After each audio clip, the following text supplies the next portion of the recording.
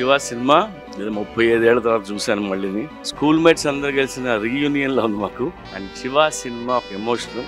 ఈ సినిమాతో మా అందరి జీవితాలు మారిపోయి. థ్యాంక్స్ టు రామ్ గోపాల్ వర్మ, నాగార్జున గారు. Love you both. ఇంపాక్ట్ మామూలుగా లేదు. వర్మ గారు ఇప్పటికి దీని నుంచి ఇంకా కొంత ఏదో నేర్చుకోవచ్చు అనిపిస్తాను ఉంది శివ గురించి. It's a fantastic experience.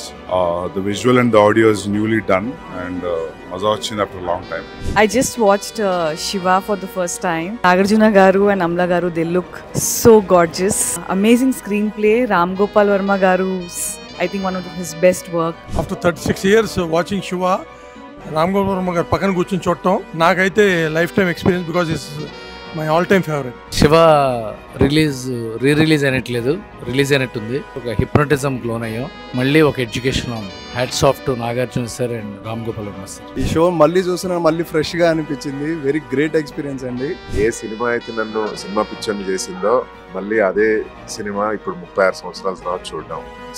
Great experience. New effects and ఈ సౌండ్ సిస్టమ్ లో చూడడం కూడా థ్రిల్లింగ్ అనిపించింది. Extraordinary.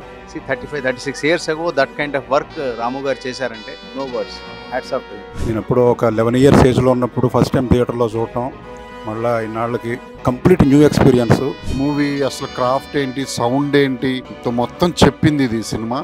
RGV is really great and he changed the entire cinema formula. 4Kలో సౌండ్ ఎఫెక్ట్స్ అవనివ్వండి, మిక్సింగ్ అవనివ్వండి, అద్భుతంగా ఉంది. So please experience Shiva nostalgic masterpiece moment on big screens.